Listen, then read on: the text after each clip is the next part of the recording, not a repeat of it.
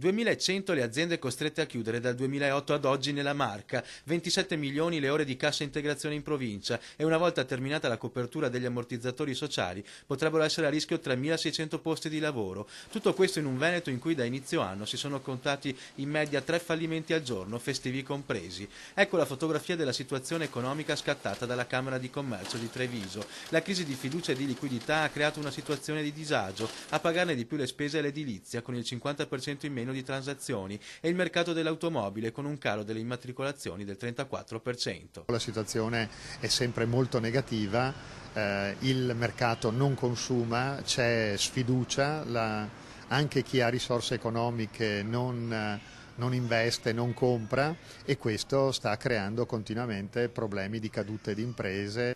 La politica dell'austerità dello scorso anno mirava al risanamento dei conti pubblici, ma è stata costosissima per le imprese. La speranza ora è riposta nei 20 miliardi rimborsati dalla pubblica amministrazione alle aziende e nei 14 miliardi che i comuni sono riusciti a non spendere. Soldi che secondo Nicola Tognana, se ben utilizzati, potrebbero creare un volano per la ripresa e gli industriali trevigiani si appellano alla politica. Il lavoro può ripartire solo se le imprese sono messe nella condizione di poter lavorare, quindi si riesce in qualche modo, si riescono ad avere accesso al credito, si riescono in qualche modo a essere competitive e le aziende sono competitive solo se vengono alleggerite di costi di quella burocrazia che paralizza molte attività, per cui ecco questo è l'appello che noi facciamo alla politica. Ma c'è una luce in fondo al tunnel e arriva proprio dalla provincia di Treviso. Cresce l'export e per le imprese trevigiane maggiormente attrezzate, più 35% per il mercato del mobile e più 30% per l'industria alimentare e delle bevande. Le imprese che esportano, che riescono a tenere molto bene le posizioni, abbiamo già recuperato i valori